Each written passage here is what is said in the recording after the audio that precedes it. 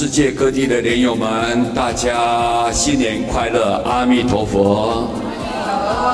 祝贺大家蛇年运转呐，吉祥如意。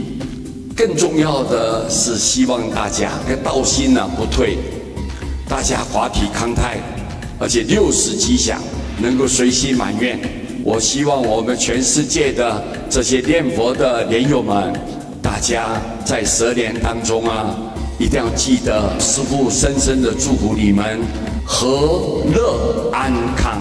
和叫和谐，一定要跟天地调和，跟人与人之间要调和，跟家里面的大大小小要调和，因为和气才能生财。一个人在调和的过程当中不起烦恼心，那所有的龙天护法、法界善神都来护佑着你。第一个要和乐，要快快乐乐，心情要开朗，不起烦恼心。那这样子日子过得才有意义。我们要平平安安的，无灾无难一切都吉祥，要健健康康哦。你们都是佛教的宝贝都是佛教的栋梁，在你们身上肩负着一个很大的使命，所以你们必须一定要健健康康，因为健康才是最大的财富。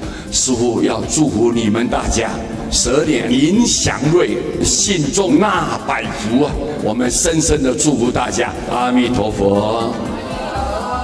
我愿相信，我要接受，1、2、3。弥陀悲愿广无际，弥陀智慧无伦比，弥陀光明照大地，称念名号成佛去，成佛去。